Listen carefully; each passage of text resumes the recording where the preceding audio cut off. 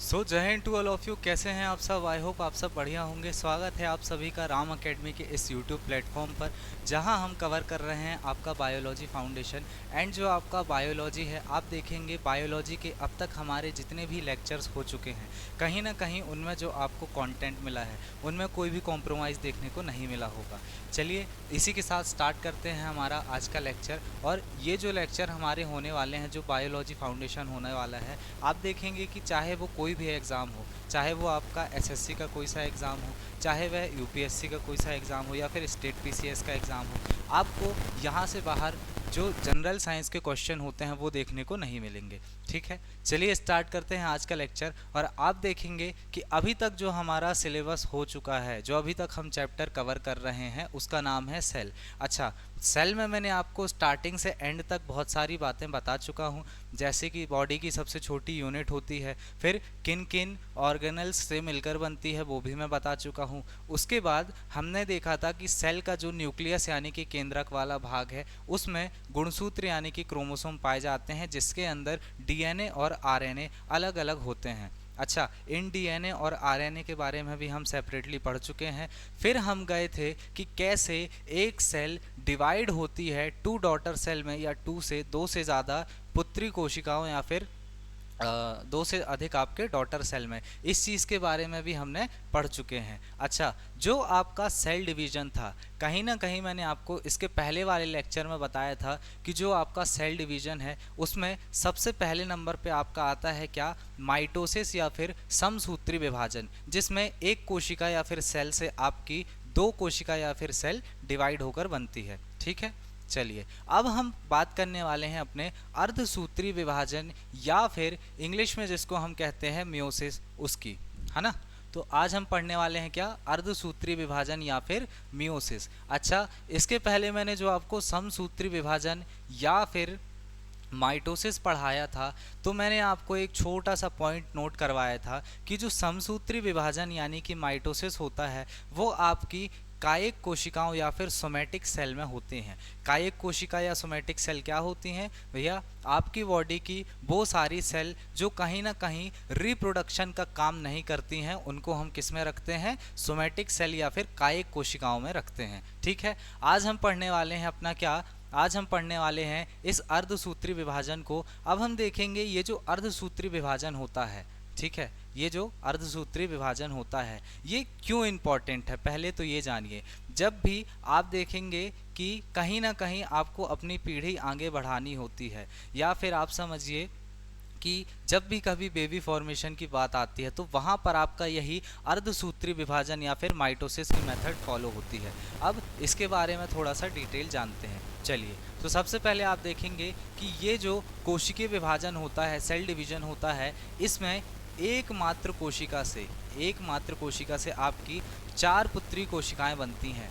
यानी इसका मतलब क्या है कि भैया इंग्लिश में देखो, आपकी एक मदर सेल से चार डॉटर सेल का फॉर्मेशन होता है। अब ये बात जो है यहाँ पर केवल लिखी हुई है, इसको आप समझ कब पाएंगे? जब आज का ये लेक्चर एंड हो जाएगा, तो रिवीजन स्लाइड में आप इस पॉइंट को प्रॉपर कनेक्ट कर पाएंगे कि कैसे एक मात्र सेल या फिर आपकी एक मदर सेल से चार पुत्री कोशिकाओं यानी कि चार डॉटर सेल का फॉर्मेशन होता है। ठीक है, चलिए अब आप देखो कि ये जो माइटोसिस, ये जो मियोसिस या फिर अर्धसूत्री विभाजन होता है, यहाँ पर जो गुणसूत्र यानी कि क्रोमोसोम है, उनकी जो संख्या होती है वो मात्र कोशिकाओं से आधी रह जाती है।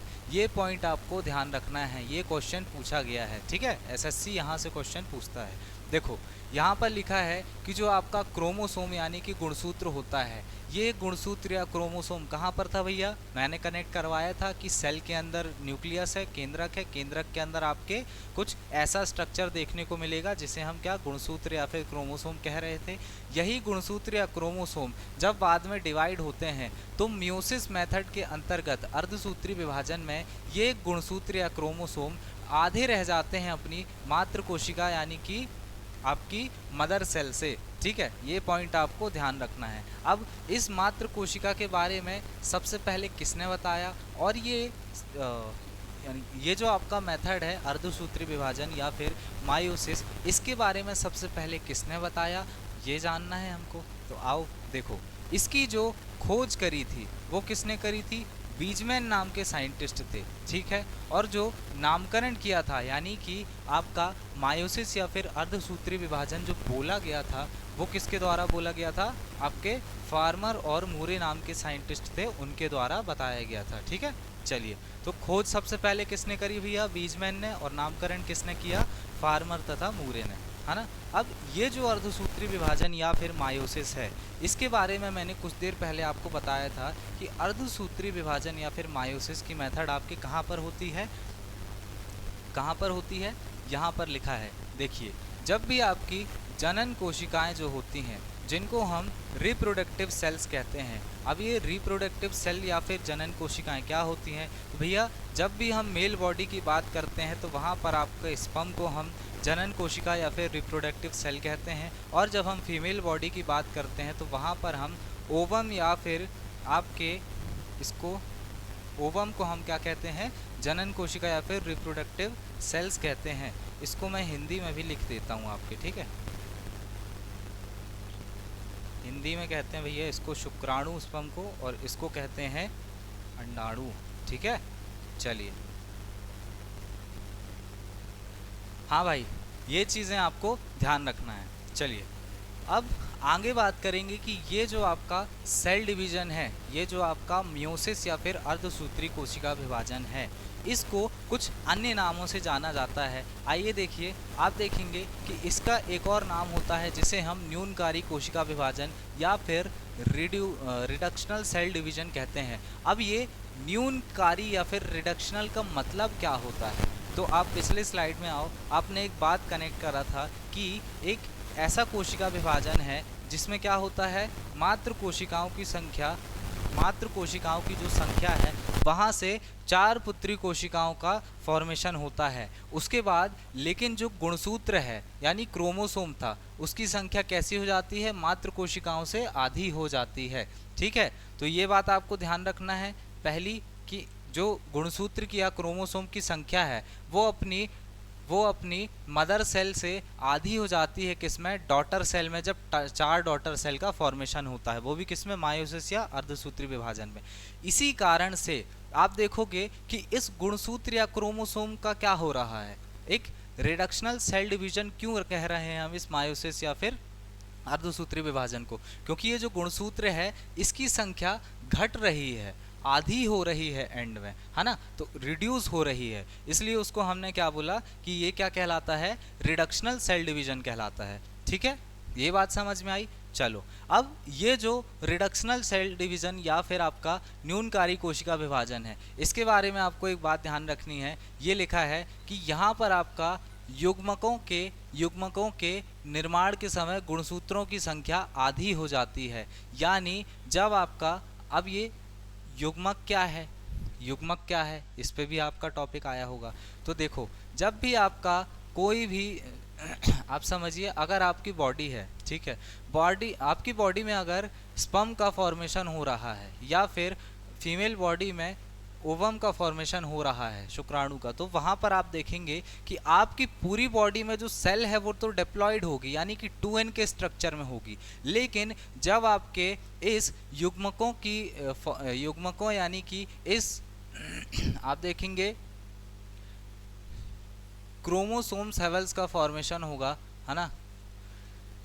जब आपका गैमेट का फॉर्मेशन होगा, युग्मक का मतलब क्या होता है? आपका गैमेट्स, ठीक है, इसको हम शॉर्ट में बोलते हैं, वही आपका शुक्राणु और अंडाणु, इंग्लिश में कहते हैं स्पर्म और ओवम। तो जब इसका फॉर्मेशन होता है, तब आप देखेंगे कि पूरी बॉडी में तो सेल कैसी होगी? डिप्लॉयड होगी। डिप्लॉयड मतलब मैंने पहले कवर करवाया हूँ कि जहाँ पर गुणसूत्रों की संख्या 2n के फॉर्म में होती है, यानी या तो 23 जोड़ी होगी, 23 पेयर होंगे, ठीक है, या तो 46, क्योंकि 23 इंटू 2 करोगे तो वैसे ही 46 आ जाएगा, है ना। तो 40 जोड़ी गुणसूत्र टोटल होते हैं आपके ह्यूमन बॉडी में। लेकिन जब आप बात करेंगे इस गैमेट की, तो यहाँ पर 46 गुणसूत्र ना पाकर केवल 23 गुणसूत्र पाए जाते हैं, यानी जोड़े में नहीं होते हैं। ये बात आपको ध्यान रखना है ना। एक बस आपको नॉर्मल सी बात ध्यान रखना है कि भाई आपका जो डिप्लॉयड सेल है, वहाँ पर क्या होगा कि गुणसूत्रों या फिर क्रोमोसोम की संख्या नॉर्मल रहती है जितनी होनी चाहिए। लेकिन जब हम बात करेंगे हैप्लॉइड सेल की, तो इस हैप्लॉइड सेल में आपके जो गुणसूत्र की संख्या है वो कैसी हो जाएगी, आधी हो जाएगी इस 2n के फॉर्मेशन से, इसलिए यहाँ पर n लिखा है। ठीक है, चलिए। और इस हैप्लॉइड सेल के अंतर्गत ही क्या क्या आएंगे, आपके ये गैमीट्स या फिर युग्मक आते हैं। ठीक है, एग्जाम्पल क्या क्या है आपका, मैंने बता दिया कि स्पर्म और ओवम आते हैं इसमें। ठीक है, चलिए। अब आप देखेंगे कि यहाँ पर ये जो मेथड है ना, ये जो मेथड है कौन सी, आपका रिडक्शनल सेल डिवीजन, न्यूनकारी कोशिका विभाजन, या फिर इसको अन्य नाम हमने ऊपर पढ़ चुके हैं, मियोसिस या फिर अर्धसूत्री विभाजन। इसमें हो क्या रहा है कि भैया पहले डेप्लॉइड सेल बनी, फिर हैप्लॉइड सेल बनी, फिर एंड में फिर से डेप्लॉइड सेल बनेगी। तो ये जो मेथड है ना, जिसमें आपके डेप्लॉइड, हैप्लॉइड, फिर डेप्लॉइड सेल बन रहे हैं, तो इस आपके सेल डिवीजन को एक और नाम से जानते हैं, है ना। यहाँ पर आप देखोगे युग्म जनन या फिर गैमेटोजेनेसिस नाम से इसको जाना जाता है। जहाँ पर होता क्या है, ये जो सेकेंड वाला स्टेज है ना, मेन ये वर्ड इसी को दिखाता है कि आपकी जो नॉर्मल सेल है वो कैसी होती है, डेप्लॉइड होती है, यानी कि 2n के फॉर्म में होती है।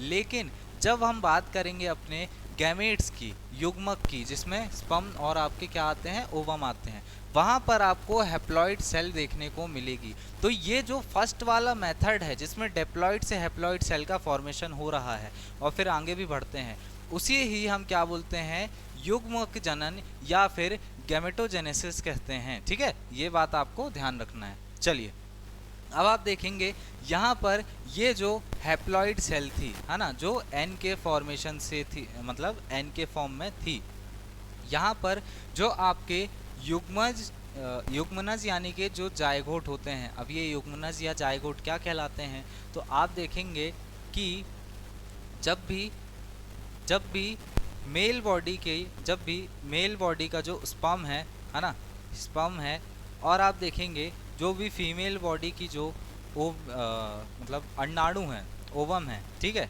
फीमेल बॉडी की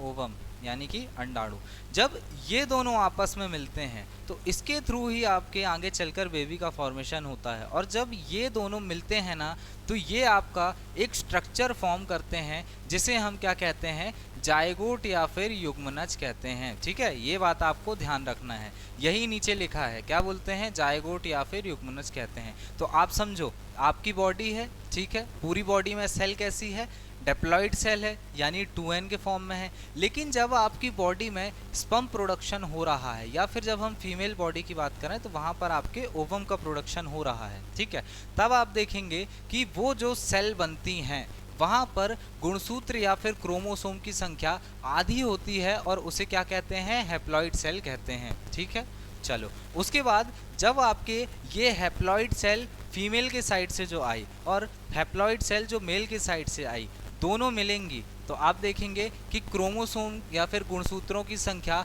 हैप्लॉइड सेल में आधी थी। लेकिन जब ये आधी मेल के आपके क्रोमोसोम या गुणसूत्र मिलेंगे और ये आधे हैप्लॉइड सेल फीमेल के आपके मिलेंगे, तो एंड में जो फॉर्मेशन होगा जायगोट का, वहाँ पे जो आपके गुणसूत्र या क्रोमोसोम की संख्या है वो वापस से 2n हो जाएगी ना, यही तो बताया है, और उसको क्या नाम देते हैं, हम जायगोट नाम देते हैं। ठीक है, चलिए, अब आप देखेंगे कि ये जो जायगोट होता है, यहाँ पर गुणसूत्रों की संख्या दोबारा से दुगनी हो जाती है, यानी जो आपका क्रोमोसोम होता है ना, वो डबल हो जाता है दोबारा से, यानी 2n के फॉर्म में हो जाता है। ठीक है, तो जायगोट को हम एक और क्या बोल सकते हैं कि भैया जायगोट कैसे सेल है, वो डेप्लॉइड सेल के उसमें आता है, एग्जाम्पल में आता है। तो कभी अगर एग्जाम में पूछा जाएगा कि आपका जो जायगोट है उसको हम किस प्रकार के सेल में रख सकते हैं, उसके अंदर जो क्रोमोसोम या गुणसूत्र है वो कैसा है, हैप्लॉइड है यानी n के फॉर्म में है, या फिर डेप्लॉइड है 2n के फॉर्म में है, तो आप क्या कहेंगे, 2n के फॉर्म में है। ठीक है, चलिए आगे बढ़ते हैं। अब आप देखो, ये जो अर्धसूत्री कोशिका विभाजन या फिर मायोसिस है, इसके बारे में हम देखेंगे कि कैसे ये अर्धसूत्री विभाजन या फिर मायोसिस कंप्लीट होता है है ना। तो हम देखें, इसके पहले मैंने आपको एक कोशिका विभाजन पढ़ा चुका हूं, जिसमें हमने क्या पढ़े थे, माइटोसिस के बारे में पढ़े थे, समसूत्री विभाजन के बारे में पढ़े थे। ये जो समसूत्री विभाजन या फिर माइटोसिस था, उसको भी हमने कुछ चरणों में कंप्लीट किया था, है ना। उसको भी हमने कुछ चरणों में कंप्लीट किया था। आप देखेंगे कि जो आपका आइए यहाँ रिवीजन करते हैं थोड़ा सा। जो हमने आपका माइटोसिस पढ़ा था, है ना, माइटोसिस पढ़ा था, या फिर हिंदी में समसूत्री विभाजन पढ़ा था। भैया इंग्लिश मीडियम वाले स्पेलिंग चेक कर लेना, समसूत्री विभाजन पढ़ा था, ठीक है। तो आप देखेंगे ये जो आपका माइटोसिस या फिर समसूत्री विभाजन होता है ना, इसके हमने कुछ स्ट्रक्चर पढ़े थे कि भैया सबसे पहले तो कोई भी सेल जो होती है उसका एक क्या होता है, लाइफ साइकिल होता है, ठीक है, जिसे हमने सेल साइकिल या फिर कोशिका चक्र नाम दिया था, जहां पर वो कौन कौन से स्टेज में जा रही थी, वही अपना interphase, prophase, metaphase, anaphase, telophase, है ना, बताया था ना। सबसे पहले आपका इंटरफेज, फिर प्रोफेज, मेटाफेज, एनाफेज, टेलोफेज। तो इसमें से जो इंटरफेज वाला पार्ट था उसको हमने फिर से डिवाइड किया था, कौन सा, आपका सबसे पहले आया था आपका G1 फेज, फिर आया था आपका S फेज, फिर आया था G2 फेज। लेकिन अगर कोई सेल डिसाइड, अच्छा इसमें ये जो G1 वाला फेज है, सेल यहीं पर डिसाइड करती है कि उसको डिवाइड होना है, पिछले लेक्चर में बता चुका हूँ। अब आप देखो ये जो G1 फेज है ना, इंटरफेज का ये जो G1 फेज वाला स्ट्रक्चर है, जहां पर सेल डिसाइड करती है कि उसको डिवाइड होना है। अगर वो डिसाइड कर लेगी कि उसको डिवाइड नहीं होना है, तो वो कहाँ चली जाएगी, इस G1 फेज से उठकर डायरेक्ट G0 फेज में चली जाएगी, जिसे हम क्या कहेंगे कि अब सेल आगे डिवाइड नहीं होने वाली है। और इसका एक एग्जाम्पल भी मैंने बताया था, आपकी न्यूरॉन यानी कि नर्व सेल, जो कि आपके ब्रेन से लेके पीछे कमर तक पाई जाती है ना। चलो, अब आपने समसूत्री विभाजन में इंटरफेज पढ़ा, ठीक है, फिर मेटाफेज मतलब प्रोफेज, मेटाफेज, एनाफेज और टेलोफेज, ये चारों चीजें भी आपने पढ़ी, है ना। इन चारों चीजों के पढ़ने से आपको पता चला कि कैसे जो सेल है वो एक सेल से दो सेल का फॉर्मेशन हो रहा है। अब सेम चीज आपको कहां पर पढ़नी है, इस आपके मायोसिस या फिर अर्धसूत्री कोशिका विभाजन में पढ़नी है। लेकिन थोड़ा सा ट्विस्ट है। क्या ट्विस्ट है, आप देखो थोड़ा सा क्या ट्विस्ट है, मैं बताता हूं कि जो आपका बॉडी का सेल है ना, वो सेल कैसा है, डिप्लॉइड है। फिर वो डिप्लॉइड से कैसा सेल बनेगा, हैप्लॉइड सेल बनेगा, जिससे आपके स्पर्म और किसका फॉर्मेशन होगा, ओवम का फॉर्मेशन होगा।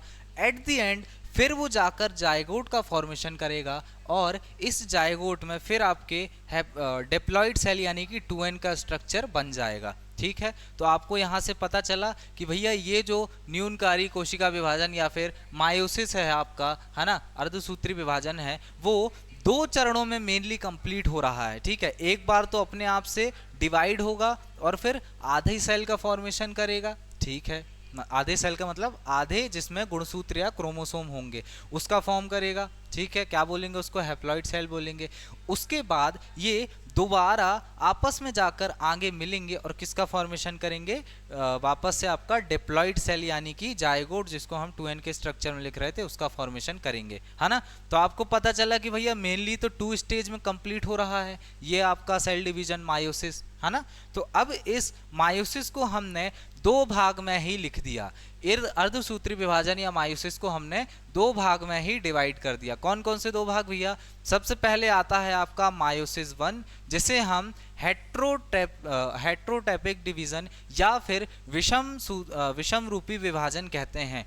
और उसके बाद सेकेंड नंबर पे आपका आता है मायोसिस 2, जिसको हम समरूप विभाजन या फिर होमोटैपिक डिवीजन कहते हैं। अब ये मायोसिस 1 और मायोसिस 2 के बीच में डिफरेंस क्या है, क्यों दो बार डिवाइड होने की ज़रूरत पड़ रही है, जानते हैं। चलिए, आप देखेंगे कि जो आपका मायोसिस 1 वाला फेज है, ठीक है, जो आपका मायोसिस 1 वाला फेज है, ये जब कंप्लीट होता है ना, तो इस फेज के कंप्लीट होने पर आपका जो सेल स्ट्रक्चर है वो N के फॉर्म में मिलता है आपको, यानी कि आपके हैप्लॉइड सेल के फॉर्म में मिलता है ना। लेकिन इसके बाद आप देखेंगे कि फिर से एक अवस्था आती है जिसमें ये जितने भी N स्ट्रक्चर वाली कोशिका थी जिसमें गुणसूत्र या क्रोमोसोम की संख्या कितनी थी, n थी, वो सारी कोशिका या सेल क्या करती हैं, रेस्ट फेज में चली जाती हैं। और जब कोशिका रेस्ट फेज में चली जाएगी तो मैंने आपको बताया कि उस रेस्ट फेज को हम क्या नाम देते हैं, इंटरफेज नाम देते हैं। फिर वो दोबारा कहाँ से स्टार्ट करती है साइकिल, अपनी G1 फेज से स्टार्ट करती है। लेकिन जब हम बात करेंगे आपका किसकी, जब हम बात करेंगे अर्धसूत्री विभाजन की, तो वहां पर ये जो इंटरकाइनेसिस या फिर विश्राम अवस्था वाली स्टेट थी, है ना, जिसको हम क्या बोल रहे थे,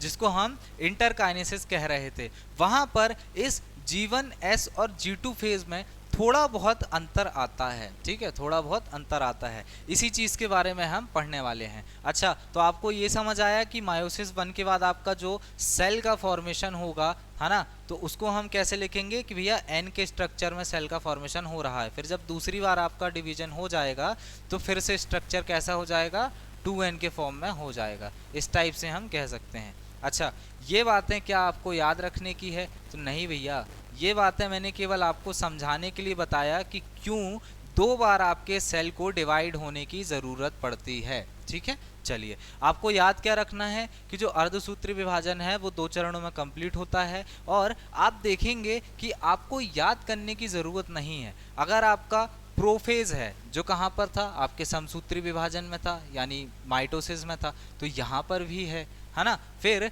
मेटाफेज था तो वहाँ पर भी था, यहाँ पर भी है। फिर एनाफेज और टेलोफेज, तो आप देखो नाम से चारों चीज़ें सेम तो हो गई। वहाँ भी आप पढ़ के आए हो प्रोफेज, मेटाफेज, एनाफेज, टेलोफेज, यहाँ पर भी आपको वही चीज़ पढ़ना है। लेकिन क्योंकि हम यहाँ पर अर्धसूत्री विभाजन या फिर माइटोसिस को 2 भाग में डिवाइड कर रहे हैं, एक है आपका विषमकारी या फिर हेट्रोटैपिक और एक है आपका समरूप यानी कि होमोटैपिक। तो यहाँ पर आपको जो इस सेल डिवीजन की स्टेट है, प्रोफेज, मेटाफेज, एनाफेज, टेलोफेज, ये जो सेल डिवीजन की स्टेट है, इस स्टेट को भी हमें डिवाइड करना पड़ेगा। कैसे, 2 भागों में। तो भैया जो पहला वाला भाग था उसको हमने पूरे में 1-1 नाम लिख दिया, देखो दिख रहा होगा आपका, है ना। लेकिन जो दूसरा वाला मायोसिस 2 का भाग था उसमें हमने सारे में क्या ऐड कर दिया, 2 कर दिया, 2 ऐड कर दिया, है ना। तो इससे क्या समझ में आया कि भैया आपकी डिवीजन में जो नाम यूज होंगे वो तो वही पुराने वाले हैं, प्रोफेज, मेटाफेज, एनाफेज, टेलोफेज। लेकिन जब हम बात करेंगे अर्धसूत्री कोशिका विभाजन की या फिर आपके मायोसिस की, तब आपको पता चलेगा कि उसमें केवल हम सामने 1 या फिर 2 ऐड कर देते हैं। कब, जब आपके सेल डिवीजन की स्टेट को देखे जाती है ना। तो ये समझ में आया आपको कि सेल डिवीजन की स्टेट क्या है। अब इस हर एक स्टेट को हमें थोड़ा डिटेल में पढ़ना है, कोई ऐसा घबराने की ज़रूरत नहीं है। बहुत छोटे छोटे पॉइंट होते हैं जो आपको हर एक स्टेट का लिखना रहता है और वहीं से आपको क्वेश्चन पूछा जाता है, इनफैक्ट वही क्वेश्चन पूछा जाता है। ठीक है, चलिए। अच्छा, आप देखो कि ये जो आपका मायोसिस 1 यानी विषम रूपी विभाजन वाला भाग था, ठीक है, मायोसिस 1 वाला पार्ट था, और ये जो मायोसिस 2 वाला पार्ट था जिसको हमने क्या बोला, समरूप विभाजन। भैया क्या मायोसिस 1 से मायोसिस 2 में डायरेक्ट पहुंच जाएगी क्या कोई भी सेल, तो नहीं, उनके बीच में एक स्टेट आती है जिसको हम क्या बोलते हैं, विश्राम अवस्था या फिर इंटरकाइनेसिस कहते हैं। अब इसमें होता क्या है इंटरकाइनेसिस में, देख लेते हैं। आपका जो G1S और G2 फेज होता है, यहाँ पर सारे काम नॉर्मली होते हैं। मैंने क्या कहा कि जो आपका विश्राम अवस्था, इंटरफेज या फिर इंटरकाइनेसिस वाला भाग होता है, जहां पर आपके न्यूक्लियस में डीएनए के साथ छेड़खानी होती है, याद होगा तो मैंने आपको बताया होगा कि डीएनए रेप्लिकेशन होता है। लेकिन जब हम बात करेंगे इस मायोसिस की, तो वहां पर वो डीएनए के फॉर्मेशन में थोड़ा बहुत कहीं ना कहीं छेड़खानी की जाती है। आइए जानते हैं। यहाँ पर आप देखेंगे कि जो डीएनए होता है आपका, वो इस सेकेंड वाले इंटरकाइनेसिस जो आपका विश्राम अवस्था या फिर इंटरकाइनेसिस होता है, उसके जो सेकेंड फेज है जिसे हम एस फेज या फिर आपका क्या कह रहे थे, इसको हम इसमें आपके डीएनए का फॉर्मेशन हो रहा था, ठीक है, तो इसे हम एस फेज या फिर सिंथेसिस फेज कह रहे थे, याद होगा मैंने पढ़ाया था। ठीक है, तो ये जो एस फेज है, यहाँ पर क्या होता है, डीएनए का रेप्लिकेशन होता है ना, डीएनए का रेप्लिकेशन होता है। लेकिन कब होता है, अब थोड़ा सा ट्विस्ट ध्यान रखो कि बिफोर मायोसिस 1। अब ये बात सुन के आप लोग पूरा हिल गए होंगे है ना। ये बात लेंगे सर आप तो पढ़ा रहे हो बीच का स्ट्रक्चर, लेकिन इसको फिर आपने स्टार्टिंग में क्यों डाल दिया, है ना। तो भैया ये मैंने नहीं डाला हूं, इसके पीछे का रीजन है, समझने की कोशिश करो। देखो जब भी आपका सेल डिवीजन होता है तो आपका जो अर्धसूत्री कोशिका विभाजन है यानी कि मायोसिस है, उसमें मैंने बताया कि एक सेल से 4 डॉटर सेल बनेंगी, ठीक है। और कोशिका में होगा क्या, आप देखो मैंने आपको बताया कि पहले डेप्लॉइड सेल बनेगी आपकी, है ना, मतलब डेप्लॉइड सेल पहले नॉर्मल होगी, फिर आपकी हैप्लॉइड सेल बनेगी और फिर आपकी क्या बनेगी, फिर से डेप्लॉइड सेल बनेगी, है ना। ये चीज़ मैंने आपको बता दिया। तो आप देखेंगे ये जो डेप्लॉइड से हैप्लॉइड सेल बनने का फर्स्ट वाला कॉन्सेप्ट है ना, डेप्लॉइड से हैप्लॉइड सेल बनने का फर्स्ट वाला कॉन्सेप्ट है, वहीं पर आपके 4 डॉटर सेल का फॉर्मेशन हो जाता है। और ये जो डॉटर सेल का फॉर्मेशन हुआ ना, पुत्री कोशिकाओं का जो फॉर्मेशन हुआ है, तो आप देखेंगे कि इसमें कहीं ना कहीं जो गुणसूत्र हैं उनकी संख्या आधी रह जाती है, ठीक है। आधी रह जाने के बाद भी अगर मैं बोला कि इसके अंदर 46 गुणसूत्र हैं तो, और इसने अगर 2 कोशिका बना दिया, तो आप देखोगे कि ये जब 2 कोशिका बनाएगा तो एक में भैया 23 जोड़ी जाएंगे और दूसरे में भी आपके 23 जोड़ी गुणसूत्र जाएंगे, क्रोमोसोम जाएंगे, है ना। तो ये तो टोटल 2 ही बना पाया, ये तो टोटल 2 ही कोशिका बना पाया। मतलब इसी जो आने वाला आपका ऐसा कह सकते हैं, जो आपका आने वाला पार्ट है जिसमें आपको समझ में आ गया कि कहीं ना कहीं अगर इसके अंदर 46 ही क्रोमोसोम होंगे, 46 जोड़े ही 46 गुणसूत्र ही होंगे, तो ये अगर फॉर्मेशन करेगा डॉटर सेल का किस मेथड से, आपके मायोसिस के मेथड से, तो सेल क्या हो जाएगी, आधी आधी हो जाएगी, है ना। सेल क्या हो जाएगी, आधी आधी हो जाएगी और केवल 2 सेल बन पाएगी, और हमें बनाना कितनी है, 4। तो आपको पता चलेगा कि 4 सेल बनाने के लिए और हर एक में 23 गुणसूत्र, जोड़े नहीं, पेयर्स नहीं, जोड़े नहीं, ये भैया भूलना मत। देखो मैं भी कंफ्यूज हो गया था, ये जो पेयर है इसको नहीं करना है ना। चलो, ये जो 23 गुणसूत्र हैं, हर एक सेल में आपको 23 गुणसूत्र अगर करने हैं, 23 क्रोमोसोम करने हैं, तो इस क्रोमोसोम का आपको क्या करना पड़ेगा, क्या करना पड़ेगा, मैंने बताया था एस फेज यानी कि सिंथेसिस फेज में डीएनए का रेप्लिकेशन यानी कि डुप्लीकेशन स्टार्ट होगा। मतलब डीएनए अपनी आप की फोटोकॉपी बनाएगा। मैंने पिछले लेक्चर में कवर करवा चुका हूं कि डीएनए जब अपनी आप की फोटोकॉपी बनाता है तो उसे हम क्या कहते हैं, डीएनए का रेप्लिकेशन कहते हैं, ठीक है। तो सेम चीज आपका डीएनए डिप्लॉइड सेल जब होगी फर्स्ट वाली, वहां पर भी करेगा, और 23 जोड़ी गुणसूत्र 2 में डिवाइड होगा। बट इसको पता चलेगा कि भाई सेल डिवीजन में आपके टोटल 4 सेल बनानी है, तो ये जो 23 गुणसूत्र और 23 गुणसूत्र दोनों में है, उसको वो एट द एंड रेप्लिकेट करेगा हर एक गुणसूत्र या हर एक क्रोमोसोम को, और कितने में डिवाइड होगा, डबल होने के बाद आप खुद सोचो, 23 की जगह इसमें भी 46 हो गए और फिर 23 की जगह इसमें भी 46 हो गए, तो फिर ये टूट जाएगा ना बाद में आराम से और 4 डॉटर सेल बन जाएगी। इसलिए जो पहला वाला स्टेट है, जो मायोसिस 1 वाला स्टेट है, वहां पर आपका क्या देखने मिलता है, इंटरफेस की एस फेज वाली अवस्था देखने को मिलती है, जहां पर क्या होता है, डीएनए का डुप्लीकेशन, रेप्लिकेशन या फिर डीएनए की फोटोकॉपी होती है। समझ में आया? यही बात यहां पर लिखी है कि भैया आपका जो कोई भी सेल डिवाइड होना स्टार्ट होगा जो कि कैसा होगा, मायोसिस सेल होगा, मतलब जिसका डिवीजन मायोसिस के द्वारा होगा, है ना।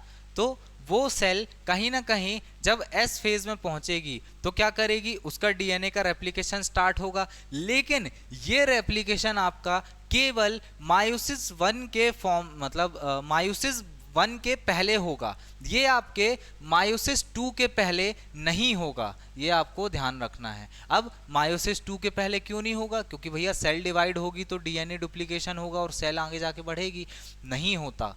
क्यों नहीं होता, उसका एग्जाम्पल मैं बताता हूँ कि भैया अगर आपका ये कोई सेल है, ठीक है, अब ये 4 डॉटर सेल में डिवाइड हो गया, है ना, 4 डॉटर सेल में डिवाइड हो गया, यहाँ पर आपके 46 गुणसूत्र थे, 46 गुणसूत्र थे, क्रोमोसोम थे, है ना। अब ये 46 अपने आप को क्या करा, एस फेज के थ्रू डीएनए डुप्लीकेशन या रेप्लिकेशन का काम किया और डिवाइड हुआ। तो ये जो 46 क्रोमोसोम है वो कितने बन गए, वो बन जाएंगे आपके 92 क्रोमोसोम या फिर गुणसूत्र, और फिर वो हर एक में 23 और 23 पहुंच जाएंगे। ठीक है, यही बात मैं आपको बताना चाह रहा था। तो ये हो गया आपका क्या, ये हो गया आपका मायोसिस 1 वाली मेथड, है ना, मायोसिस 1 वाली मेथड। अभी एक एक पॉइंट को क्लियर करेंगे, अभी बस मैं इतने को क्लियर करवा रहा हूं। ठीक है, चलो। तो ये जो आपका मेथड है जिसमें आपके 46 क्रोमोसोम से 4 डॉटर कोशिका बनी और हर एक में जो आपके गुणसूत्र या क्रोमोसोम का स्ट्रक्चर है वो आधा ही रहा एज कंपेयर टू आपके क्या, एज कंपेयर टू आपके जो सोमेटिक सेल होते हैं, कायिक कोशिका होती हैं, उनकी तुलना में, है ना।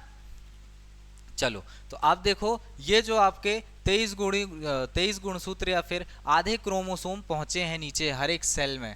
तो अब क्या होगा, ये हर एक जो गुणसूत्र है ना भैया, ये जो हर एक सेल आपका बना है जिसमें क्रोमोसोम या गुणसूत्र कितने हैं, 23 हैं, इसे ही हम, यही बॉडी आप, यही आपके अंदर सेल होगी और इसे ही हम नाम देते हैं क्या, स्पर्म या फिर ओवम। मेल बॉडी में है तो आपके स्पर्म या शुक्राणु कहलाएगा और फीमेल बॉडी में है तो आपका ओवम या फिर अंडाणु कहलाएगा। ठीक है, चलिए अब आप देखेंगे ये 23 क्रोमोसोम के साथ आपकी बॉडी में रहते हैं, बट जब आप देखेंगे कि जब आपके मेल बॉडी के स्पर्म और फीमेल बॉडी के ओवम आपस में मिलेंगे तो भैया ये 23 गुणसूत्र वाला आपका अगर कोई स्पर्म है और सेम आपका फीमेल बॉडी का कोई ओवम मिलेगा तो 23 क्रोमोसोम या गुणसूत्र यहाँ से गए और 23 क्रोमोसोम या गुणसूत्र आपके फीमेल बॉडी से आएंगे, तो एट द एंड मिल के वो भी तो 46 क्रोमोसोम ही बना लेंगे ना।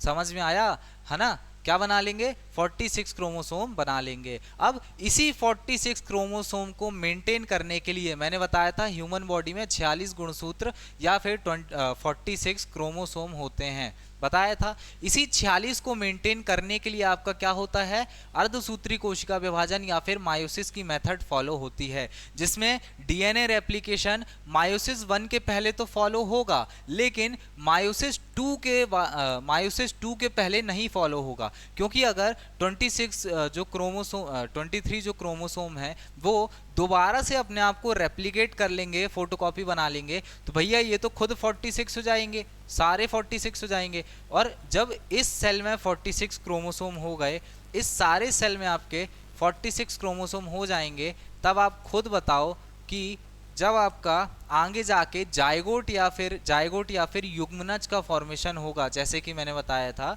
है ना, उसका जब फॉर्मेशन होगा तो भैया अगर 46 जोड़ी गुणसूत्र यहाँ से गए मेल बॉडी से और 46 गुणसूत्र आपके 46 गुणसूत्र कहाँ से गए, मेल और फीमेल बॉडी से गए, तो एट द एंड आपको जो स्ट्रक्चर देखने को मिलेगा वो 92 क्रोमोसोम वाला देखने को मिलेगा। तो ये जो 92 क्रोमोसोम या फिर आपके 92 गुणसूत्र हैं उसके कारण आपको क्या फॉल्ट देखने को मिल सकता है, भैया आप बन जाओगे बेन 10 के 4 आर्म्स, आपके 4 हाथ हो जाएंगे, 4 पैर हो जाएंगे, 4 कान हो जाएंगे, 2 नाक हो जाएगी। क्यों, क्योंकि हर एक गुणसूत्र जो कि 23 यानी 23 होना चाहिए था वो कितना हो गया, दोबारा रेप्लिकेट होकर आपके मायोसिस 2 के मेथड के जस्ट पहले दोबारा रेप्लिकेट होकर कितना हो गया, 46 हो गया। समझ में आया। इसलिए इस फॉल्ट को बचाने के लिए आपका क्या होता है, मायोसिस यानी अर्धसूत्री विभाजन होता है, जिसमें आपके सेकेंड जो आपका मायोसिस है उसके पहले क्या नहीं होगा, उसके पहले आपके डीएनए डुप्लीकेशन का डीएनए डुप्लीकेशन नहीं होगा। यही चीज़ यहाँ पर लिखा है कि नॉट बिफोर मायोसिस 2, ठीक है। जो आपका डीएनए डुप्लीकेशन है यहाँ तो होगा लेकिन कहाँ नहीं होगा, मायोसिस 2 में नहीं होगा, ठीक है। इसके हमने पार्ट भी देख लिए कि भैया कैसे 4 पार्ट में मायोसिस 1 को भी डिवाइड करेंगे और उसी 4 पार्ट में मायोसिस 2 को डिवाइड करेंगे, ठीक है। चलिए आगे बढ़ते हैं। अब आप देखेंगे ये जो आपका मायोसिस 1 वाला आपका पार्ट है, इसके हर एक पार्ट को हम डिटेल में जानेंगे, ठीक है। चलो सबसे पहले हम बात करेंगे किसकी, आपकी प्रोफेज की, है ना। तो किसी भी सेल डिवीजन जो कि किसके अंतर्गत आता है, मायोसिस या फिर आपके अर्धसूत्री विभाजन के अंतर्गत आता है। ऐसे सेल डिवीजन की जो ये प्रोफेज 1 वाली स्टेट होती है ना, ये सबसे बड़ी स्टेट होती है, क्योंकि इसके अंदर भी आपको सब कैटेगरी पढ़ना है। अब आप कहेंगे सर आप तो डरा रहे हो, तो भैया ऐसा नहीं है, आपको केवल इस प्रोफेज के अंदर 5 सब कैटेगरी पढ़ना है, ठीक है, सब कैटेगरी पढ़ना है, ठीक है। लेकिन जब आप इसके बाद आओगे ना, तो आपको ये मेटाफेज एनाफेज टेलोफेज 1 वाला और ये प्रोफेज मेटाफेज एनाफेज टेलोफेज 2 वाला, ये इनका जो स्ट्रक्चर है ये पहले के जैसे ही पढ़ना है, यानी हमने जैसे पिछले सेल डिवीजन में कंप्लीट कर चुके हैं, ठीक है। तो आपको जो अर्धसूत्री विभाजन है, मायोसिस है, उसमें केवल इतना याद रखना है कि प्रोफेज जो है भैया सबसे बड़ी होती है। मायोसिस 1 की प्रोफेज 1 जो स्टेट है सबसे बड़ी होती है। इसको हम 5 सब कैटेगरी में डिवाइड करते हैं। कौन कौन सी सब कैटेगरी? सबसे पहले आता है आपका प्रोफेज 1 का, जो मैंने बताया प्रोफेज 1 जो है इसको 5 सब कैटेगरी या फिर 5 उप अवस्थाओं में डिवाइड करते हैं। तो कौन कौन सी है 5 अवस्था? सबसे पहले आपका आता है लेप्टोटीन, फिर आता है आपका जाइगोटीन, फिर पैकिटीन, एंड 4th नंबर पे आता है आपका डिप्लोटीन, और एंड में आता है क्या? डाइकाइनेसिस। डर गए? चलो, फर्स्ट पे आता है आपका क्या? लेप्टोटीन, सेकंड में जाइगोटीन, थर्ड नंबर पे पैकिटीन, 4th नंबर पे आपका डिप्लोटीन, और 5th पे आता है आपका डाइकाइनेसिस। तो ये जो आपकी प्रोफेज 1 स्टेट है, जैसा कि मैंने बताया, सबसे लंबी या फिर लॉन्गेस्ट स्टेट होती है और सबसे महत्वपूर्ण अवस्था भी है, इंपॉर्टेंट अवस्था भी यही होती है आपकी, ठीक है। 5 सब कैटेगरी में डिवाइड करते हैं। अब ये जो आपकी प्रोफेज 1 की सब कैटेगरी है, इसको हम थोड़ा थोड़ा जान लेते हैं कि भाई आखिर ये होता क्या है, ये जो वर्ड लिखे हैं ये होता क्या है इसमें। तो सबसे पहले जो आपका वर्ड आएगा वो है आपका लेप्टोटीन। अब इस लेप्टोटीन में क्या होता है, देखो, जब भी आपका कोई सेल है, जब भी आपका क्या है, कोई सेल है ना, सेल के अंदर जो केंद्रक या फिर न्यूक्लियस वाला जो स्ट्रक्चर होता है, कौन सा? केंद्रक वाला जो स्ट्रक्चर होता है, उस केंद्रक या फिर न्यूक्लियस वाले स्ट्रक्चर में आप देखेंगे कि क्रोमोसोम होता है, ठीक है, गुणसूत्र होता है। ये गुणसूत्र जब पतले और धागे नुमा टाइप के दिखाई देते हैं, तब हम कहते हैं कि आपका जो सेल है वो कैसी स्टेट में है? लेप्टोटीन वाली स्टेट में है। यहाँ पर एक वर्ड ध्यान रखना है कि भैया ये जो लेप्टो है ना, इसका मतलब ही होता है थ्रेड। थ्रेड मतलब धागा। कि जब भी आपका जो सेल है, वो सेल अगर आपको इस फॉर्म में दिखेगा जहां पर उसके अंदर पतले पतले आपको गुणसूत्र देखने को मिलेंगे, है ना, तो उसको लेप्टोटीन नाम देंगे। और लेप्टोटीन क्यों कहे? क्योंकि लेप्टो का मतलब होता है थ्रेड, ठीक है। चलो, अब आप देखो, इसके बाद एक चीज़ और देखना है कि जो आपका गुणसूत्र या क्रोमोसोम होता है, उस पर जो क्रोमोमियर वाला भाग होता है वो साफ दिखाई देने लगता है।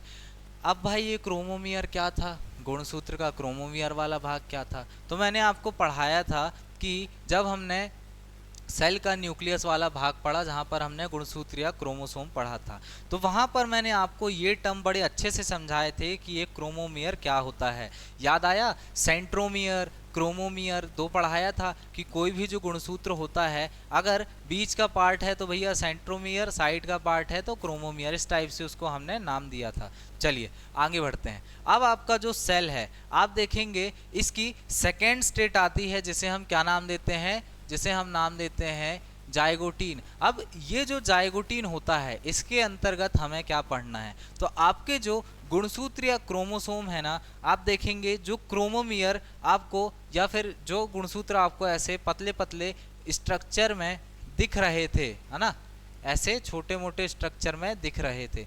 अब यहाँ पर क्या होगा कि ये गुणसूत्र भाई कुछ तो होंगे जो गुणसूत्र साइज में बहुत बड़े होंगे, ठीक है ना।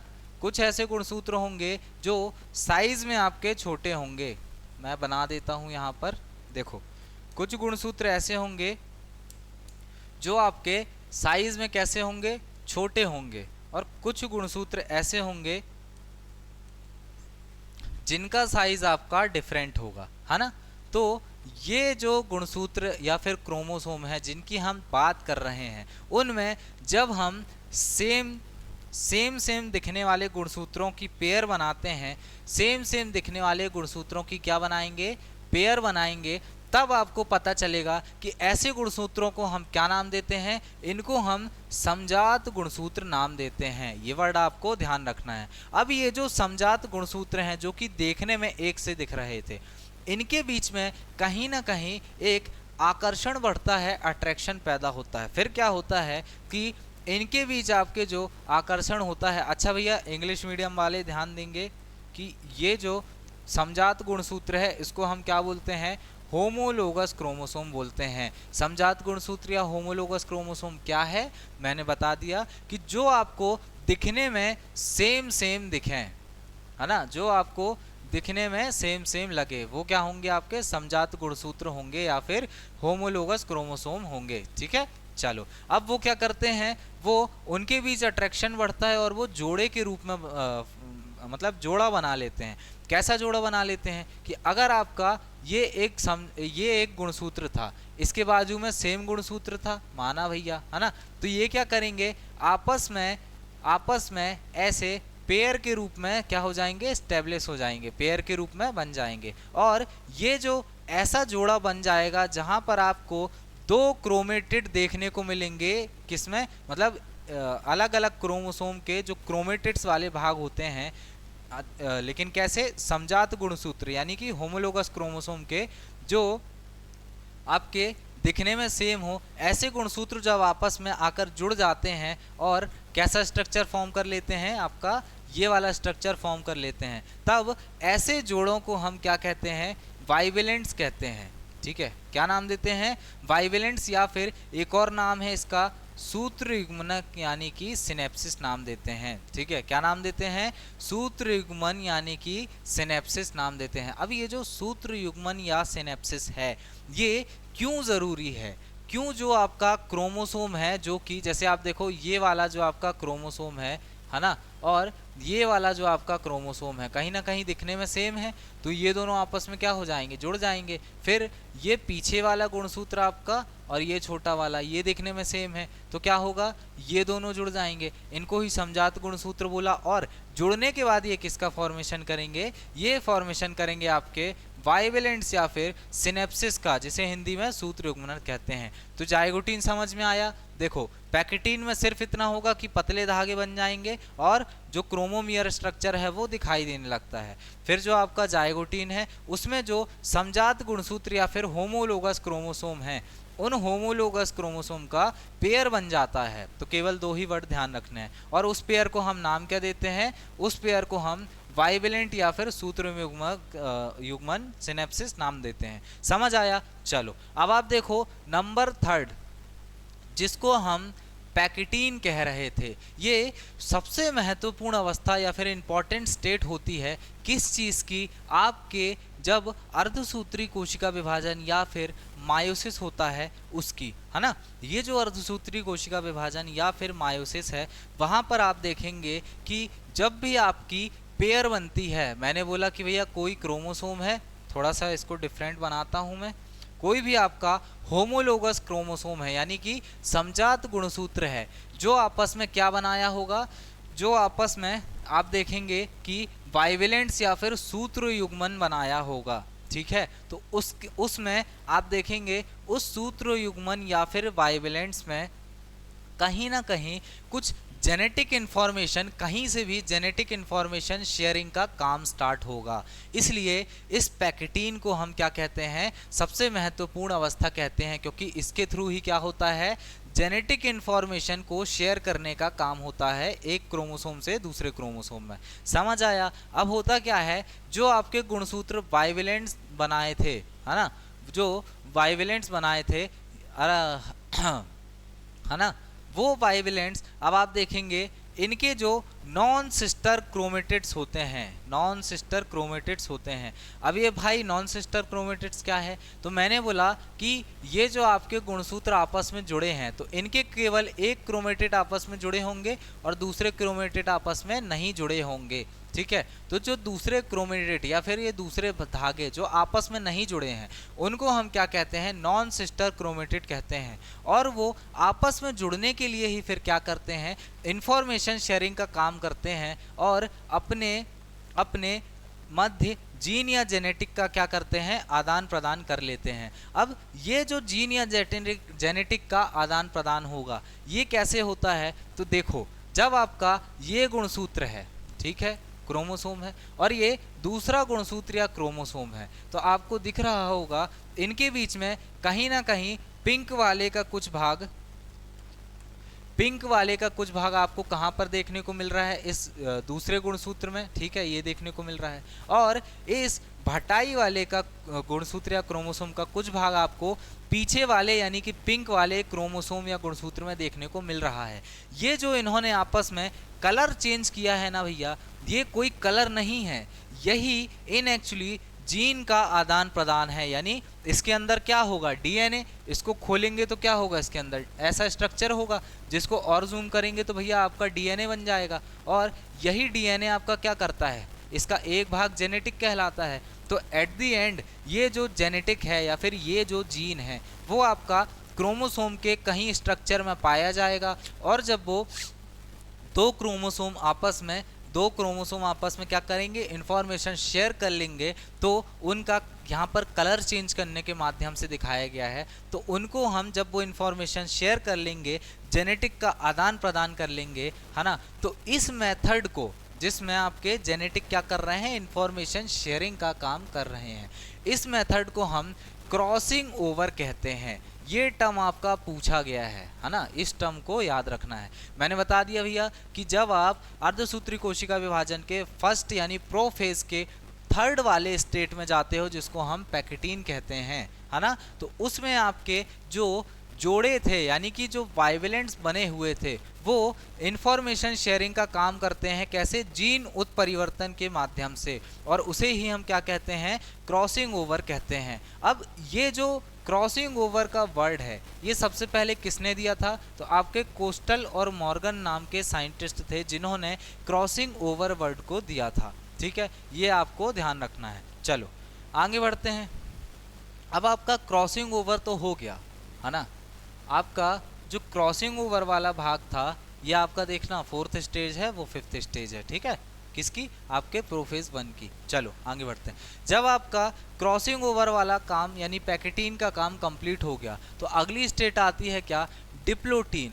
अब इस डिप्लोटीन में क्या होता है कि ऐसे गुणसूत्र जो समजात थे, है ना, मैंने बताया था आपके कि भैया जो गुणसूत्र होंगे वो कैसे होंगे, वो समजात यानी कि दिखने में सेम होंगे और उनका कोई भाग आपस में इंफॉर्मेशन शेयरिंग का काम करेगा जिसे क्रॉसिंग ओवर कहते हैं।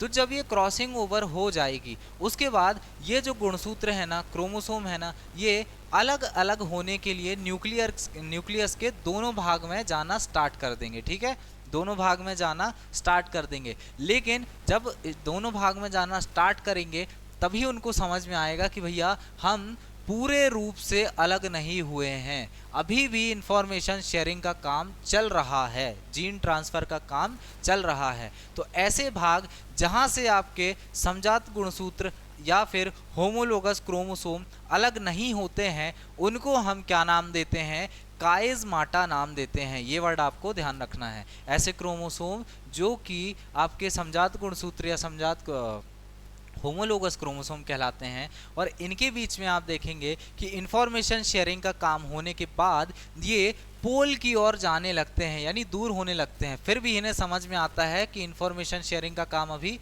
कंप्लीट नहीं हुआ है और ये कहीं ना कहीं से जुड़े हुए रहते हैं। तो ये जो जुड़े हुए वाला भाग है उसको हम क्या कहते हैं, काइज़माटा नाम देते हैं। यही आपको ध्यान रखना है। चलो अब ये जो काइज़माटा है, ठीक है, ये काइज़माटा है, इस स्टेट को किस में रखा हमने, डिप्लोटीन वाले भाग में रखा जहां पर ये डिप्लॉयड होना चालू हो जाते हैं, मतलब अलग अलग होने लगते हैं। लेकिन फिर समझ में आता है कि भैया अभी भी जुड़े हुए हैं कहीं ना कहीं से, है ना, जिसे काइज़माटा कहते हैं।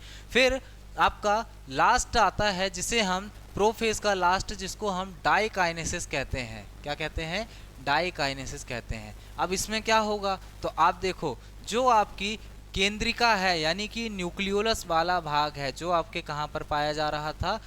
अगर आपका ये कोई सेल है, सेल के अंदर ये न्यूक्लियस या फिर केंद्रक है, ठीक है, इसके अंदर आपके क्रोमोसोम का काम चल रहा है, बहुत बड़ा काम चल रहा है जिसको हम अभी पढ़ रहे हैं, ठीक है। उस क्रोमोसोम के अलावा आपके एक भाग होता है जिसे हम न्यूक्लियोलस या फिर केंद्रिका नाम देते हैं। वही केंद्रिका या फिर न्यूक्लियोलस आपकी पूर्ण रूप से लुप्त हो जाती है या फिर डिसअपियर हो जाती है, ठीक है। न्यूक्लियोलस आपकी डिसअपियर हो जाती है कौन सी स्टेट में? डाइकाइनेसिस वाली स्टेट में। और उसके बाद आपका जो तुर्क तंतु या फिर स्पिंडल फाइबर्स होते हैं, क्या होते हैं? मैंने बताया था कि भैया वो स्पाइडरमैन के जाल जैसे होते हैं जो कहीं भी फेंको और फिर चीज़ को अपनी ओर खींच के लाते हैं। वैसे ही डीएनए को अपनी ओर खींच के लाने का सेंट्रोसोम, डीएनए को अपनी ओर खींच के लाने का काम किसके द्वारा करवाता है? इस स्पिंडल फाइबर के थ्रू करवाता है, ठीक है। आपका एक क्वेश्चन है कि भैया ये स्पिंडल फाइबर्स जो हैं वो बने किससे होते हैं, कौन से प्रोटीन से बने होते हैं? मैंने आपको बढ़ाया था, अब आपको भाई रिकॉल करना है। चलो अब आप देखेंगे आपका केंद्रिका क्या हो गया, केंद्रिका या न्यूक्लियोलस आपकी क्या हो गई? केंद्रिका या न्यूक्लियोलस यहाँ पर डिसअपियर होना स्टार्ट हो जाती है। पहली चीज़ ध्यान रखना है किसमें? डाइकाइनेसिस में। फिर दूसरी चीज़ आपका तुर्क तंतु या फिर स्पिंडल फाइबर्स का निर्माण होना स्टार्ट हो जाता है, ठीक है। इतनी बातें आपको ध्यान रखनी है। अभी तक थोड़ा सा रिवीजन मार लेते हैं, हमने क्या चीज़ें पढ़ी भैया, कनेक्ट मारते हैं। हम बात कर रहे हैं आपकी किसकी? हम बात कर रहे हैं आपके अर्धसूत्री विभाजन या फिर माइटोसिस की, जहां पर आप देखेंगे कि माइटोसिस अर्धसूत्री विभाजन या मायोसिस की। ये जो मायोसिस है इसको हमने दो भागों में डिवाइड किया, एक था आपका मायोसिस 1 और एक था आपका मायोसिस 2। तो जो आपका मायोसिस 1 वाला मेथड है इसमें जो प्रोफेज वाली आपकी अवस्था है, इस प्रोफेज वाली अवस्था को हमने 5 भागों में डिवाइड किया और उसी 5 भागों को हम पढ़ रहे थे, ठीक है। तो इसकी जो प्रोफेज 1 की 5 अवस्थाएं हैं, 5 सब कैटेगरी है, इसमें से पहले को हमने पढ़ा जो कौन सी थी भैया आपकी? पहली थी आपकी लेप्टोटीन। अब एक थोड़ा सा रिवाइज कर लेते हैं। लेप्टोटीन में आपने क्या देखा कि आपके गुणसूत्र या क्रोमोसोम कैसे हो जाते हैं? पतले धागे नुमा संरचना में हो जाते हैं और क्रोमोमियर साफ दिखाई देने लगता है। फिर लेप्टोटीन के बाद जाइगोटीन आता है जिसमें आपके समजात गुणसूत्र या होमोलोगस क्रोमोसोम के बीच में आकर्षण बढ़ता है और वो कैसे हो जाते हैं? जॉइंट हो जाते हैं, पेयर के रूप में आ जाते हैं, ठीक है। और क्या स्ट्रक्चर फॉर्म करते हैं? बाइवेलेंट का। फिर तीसरे नंबर पे हमने पढ़ा कि अब आपका पैकेटीन का स्ट्रक्चर आता है जिसमें क्या होता है कि जो समजात गुणसूत्र थे जो आपस में जुड़े हुए थे जिन्हें हम बाइवेलेंट्स कह रहे थे, वो क्या करते हैं कि उनमें जेनेटिक इन्फॉर्मेशन शेयरिंग का काम होता है ना। अपने जेनेटिक इन्फॉर्मेशन को आपस में शेयर करते हैं, रिवर्स मार देते हैं, ठीक है। और क्या फॉर्मेशन करते हैं? उस प्रोसेस को जिसमें वो जेनेटिक इन्फॉर्मेशन शेयर कर रहे हैं उसे हमने क्या नाम दिया? क्रॉसिंग ओवर नाम दिया। चलो फोर्थ नंबर पे आते हैं तो आप देखेंगे कि डिप्लोटीन नामक भाग आता है जिसमें क्या होता है कि जब जेनेटिक इन्फॉर्मेशन शेयर हो जाती है लेकिन थोड़ी बहुत शेयरिंग कहीं ना कहीं बची होती है, तब आपको पता चलेगा कि भैया जो आपके क्रोमोसोम या गुणसूत्र थे वो पोल की ओर सरकना स्टार्ट हो जाते हैं।